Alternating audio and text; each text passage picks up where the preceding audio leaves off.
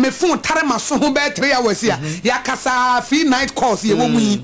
erade kire me ye wudi ani bia na ya no na asoma we dey onkrofo no na aka bia tu we hu ojina santa no ama backpack Asemo who be pen but on pe wo da yes sama enti nyo bia na na me dono nya botre na nyo do atenka bia na firi nyame hyane nso enya atenka bia na firi nyame ade bi wo ho bi wo betime nya atenka ma no strongly enya nyame na firi no eye wo tamfo na ato ama wo wo tamfo na ato sa atenka na ma wo ene wo mato atenka na ma wo akoni pa ontimi ma wani nye da nipa ontimi ensom wo da nipa wo ma wani nye da nipa ade ebe mu oni age no ontimi nye etis watenka ko obi ho ya hwese ono so na tenka na bedi wo bi ana reciprocal mo onkronkron a wotimi mo mesra wo so kasa kire me amamente but obi wa wo chie obi na so ono pe no nko na hia on hye se the other one no ono so the same mo there be on her no so no pen na de me problem pon de sese menya no me pon hene de sese menya no because me pen but me ba cho wo busan wo se wono so pe wana sacrifices na wo make ne pa cho make bi ma abembo ye musa wo de bia wo frefre no wafra wo da o mu anu atade a che no wato bibia che wo da one side wona na nantia mo to ice cream kwato bia ma to no nko adi to fe kura won to bi to fe kura no nko bedi wo wani mo nto tu eso na wo ka no ho wona na ma to handkerchief obusa aseme do handkerchief rusu hia bia na what that be baya na ye pedi paninti no wo be ye die wo be ye bia because wo paninti se wunya no eno nya nyansa eye jimi do nyansa do no se me hu se me pew matenka bedi ho na mmom no me hye se je me wo ma wo no matenka na me film ma no nso wo bi e ma me ana because two are better off than one. Mami, asema okani edi kan no asabe pi hebi asabe pi you attract who you are no de wa uko attract obi a wa hwe so no so ye wa mo eno no wa hwe so no so ye wa ba wo he on selfishness one side mo de bia me ka say ye obi timi ka say ma worry a narcissistic man a narcissistic woman most people are eya na omo attract narcissist no eya omo tie selfishness who ni pana no pe eti wanhwe bibia okay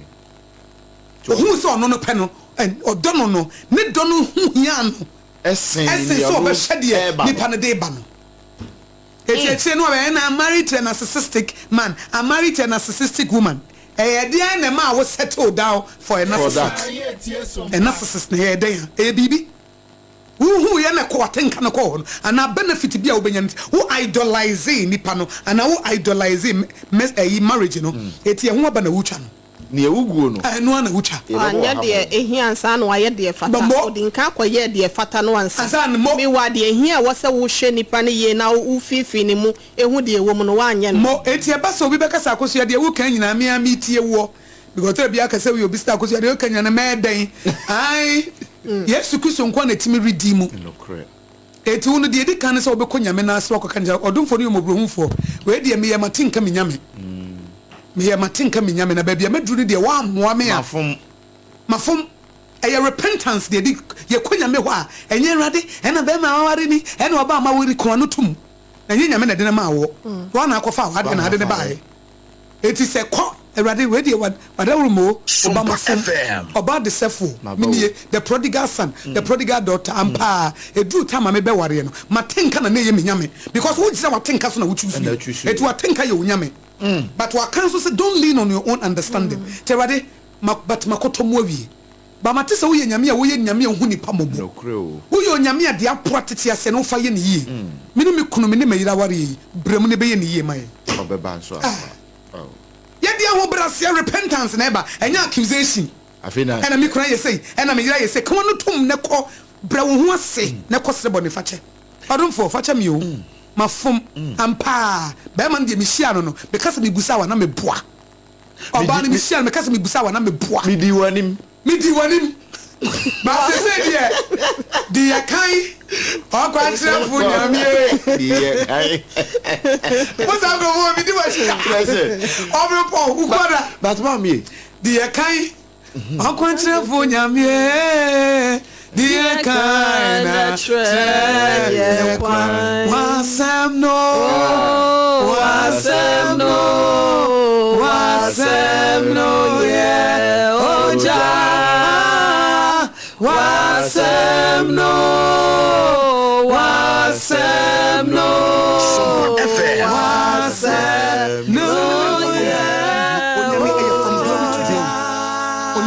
ye onyame asem no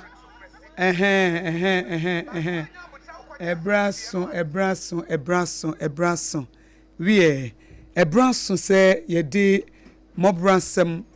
eyobia asem yede ebremu na wie bibia ye kama bibia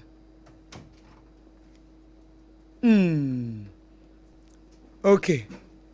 wie edem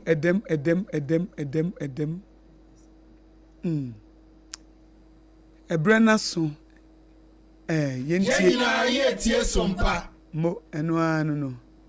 yenyina ye tie sompa wie Ghana de shima yema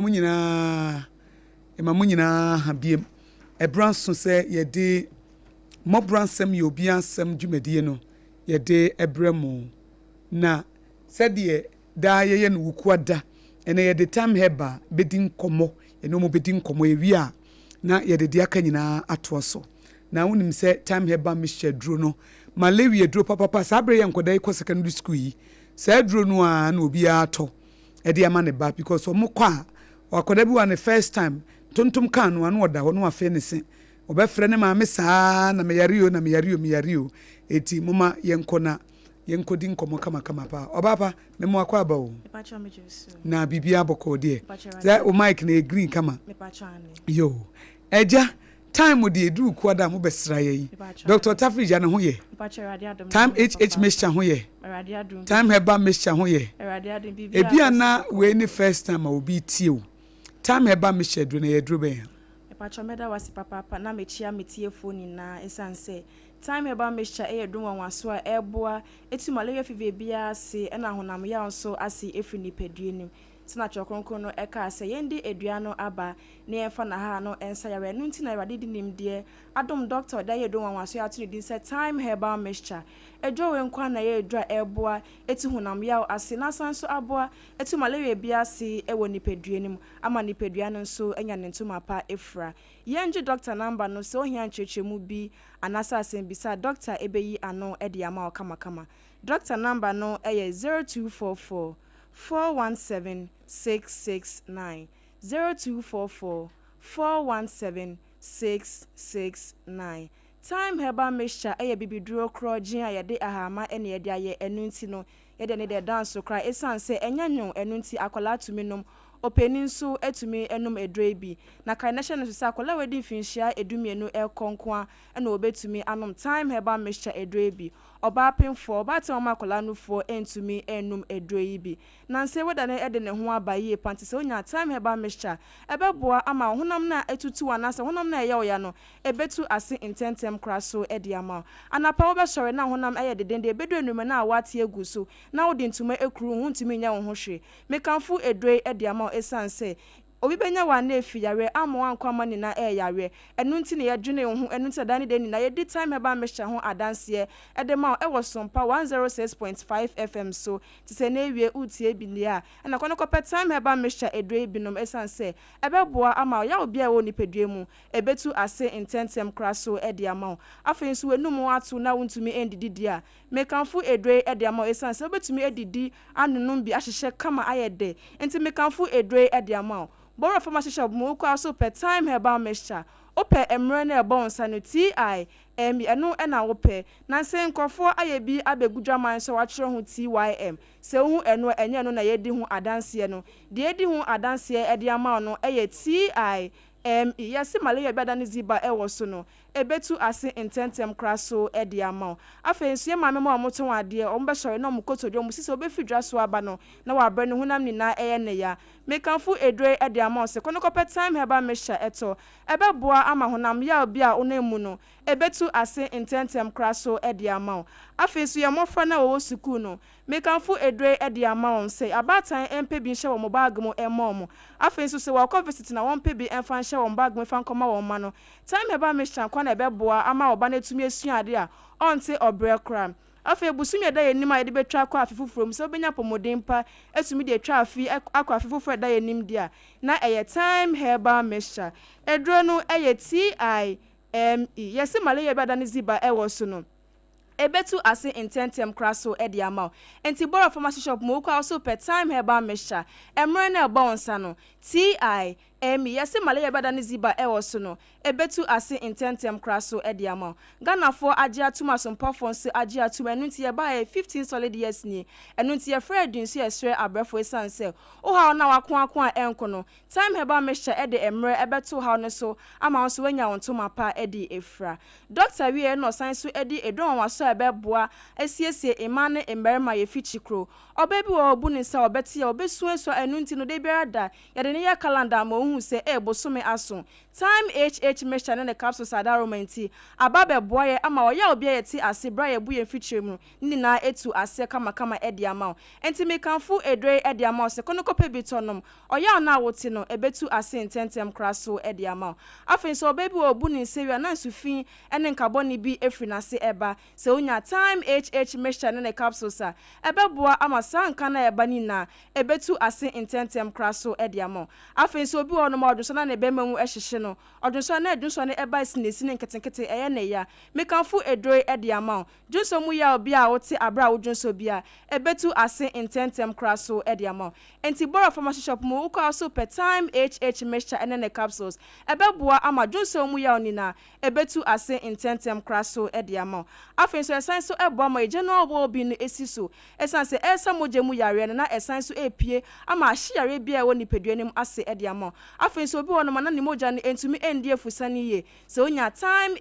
mixture ne capsules a ebeboa ama moja no so etumi edi efusani ye ama onso so wetumi adwane ana se wobetumi akọ adwuma so a onte ya okra afen so bronya ya ebe obenya oba bia oba obedi usika ma so obedi usika so ema onso de wo se wonfa ne enko na wonbo adwuma ye e wonpa so ema no so oya bema wontumi mbo adwuma ye o wonpa so de a mekan for time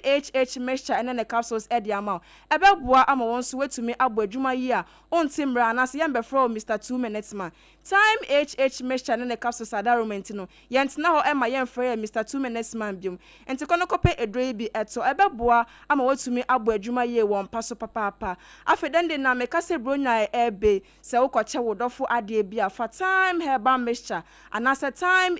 mixture ne capsules efa ka o package no efa komo wadofo esanse obedidi are na mahihye kama no no wasan so anya time herbal mixture na etumi aboa ama akuyare bia woni peduanim enti to bi si ufie to bi si office se beboa ama apamu yare bia ewo busuanim ama busua no nso so etumi anya no ntoma pa ede efra yesan so enji doctor number ni biom se ohia nchechemu bi anase asembisa Dr. Ebeyi ano edi ama kama number no 0244 417 669 0244 417 669 Kaination is a time mixture ne capsules no ye num embom se auto time herbal mixture and asset auto time mixture ne capsules na ebodwuma baako enti wonto na wonfa enonom emfra dabi obu obeka so ndo pese ne bema mu enya din ni enti no obenonom afra dabi ye nom emfra se ono mixture na no mixture no so obenom capsules no so a nom capsules na wonsu se time mixture ne capsules ebeboa ama wonsu wetumi esipi na wasan so esita oba se utobi anoma make sure so beto bi ama okunu ana be ma so se utobi no ma make sure so beto bi ama oyere na oyere no so wetumi ama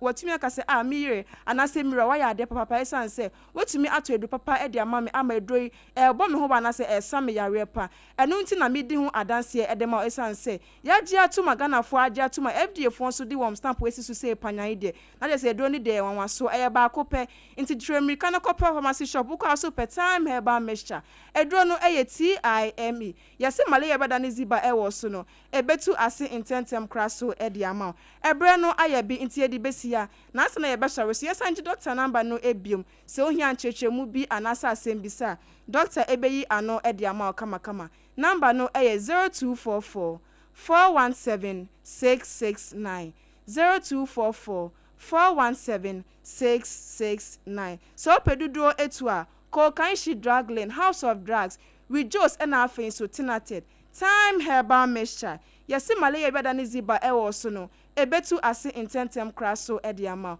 Midi besi hadase na yebesan su Asia. Near the time herbal mixture. Apo modin komo twetwe no abesomo ewo sompa. Oh, we dey ye dance pa fi se omanfo nyina nim se eduru a obi a wo bi ofie ene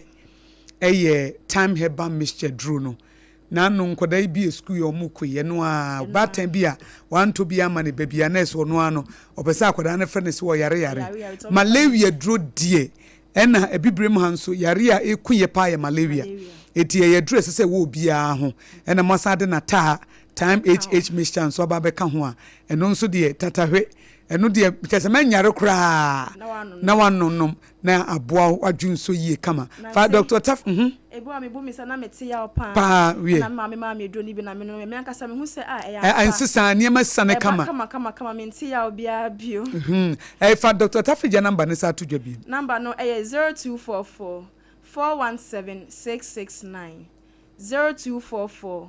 417 669. Obapa yeda se ukwa ye chia dog ene adofo nyina time eba mesha ena ye te wo mo enka no na ene ye baba bedi nkomo Mr. Black ababa sra hun se wo mu a na ababa besra yen na ya ye bibia kama enti no menkoma no akwaba bemena memo akwaba o me ye na o na bibia boko de bibia boko me ho din se twenda de no bacho wai na sa so green edem Mr. Black na brabo mu ti say mami nyamna na ye hwe no bibia hyeye okay yo ede nyame ase ene Mr. Black enne no ya brabo mu nkoma na ye bedi na samba ko a unsa na no ba ye di hu nkomodade lumba asemi ya twe asem no a amekọ wi ase abasa ne sre judge ne sei asema o judge ne kan se omumienu nyina nkoye kuna omumienu nyina ye dade lumba yire ho asem buburja wote judgment ni hu ne sei mama ye me de pa na se wo ye nipa na onsa how onsa no nyame abom ama wonse du na oma ebeka ho a na ye du ba ko a na se ye du kopie e wo jeje nim a jeje no so obi akowie ne da ene ye wasem de ye nka me de pass sa judgment ne by na jeje no me se oyoba nti no judgment no de ba ye no eni ono akasa ode na brabo eka ho wo ho oye calculation bebre na wanye no sanso aka nye ye esan say or take the right decision esan say lumba any we atenada oni we so atenada omunyina ewo ho nti ontimi ka say we nkoye na we nkoye na o ka say nipa ba konkoye anka menim ne besi anka menim ne besi nti no wa take right decision say omunyina enkoye na nipa ba ko wo mu a wadane ne hu duabroni a owo mu a ye hu de ekọ anka wo say otwene hu anka ebeboa eye papashi papashi me friend of the preacher esa say obia ni papashi the koyoso man obia ni mu no na senia papashi nsem ekoso no wetie gina mu a o kan nsem wo TV so ni radio so na ade em se entweye kula na ye komo papashi onye busuani na se onye busuani na ebusuan asem aba na ye ka anka e wo se onkan anu ntimo ho e wo se o man kan ne kan no ye kana e de ma no esa se unhwe yi a obegi edimbone ewo eye nase ana wonhwe ye mpo a ye be choke no eye no mpo onko bi obehwe wo TV so onko bi TV so no obehwe no esa say Daddy Lumba enye wo busuani what I said Daddy Lumba ho asem aba na ono na emu na nkasa no okọ Lumba fie kura ma Lumba kura ebie pono ma ne se ompie nti eba ne se na se enne nyankopon frɛ ne pa no anane pa no wa kɔ no krechi na se wa be ginim as a third person say eyie no ye fanto ha untumi nkyerɛ Daddy Lumba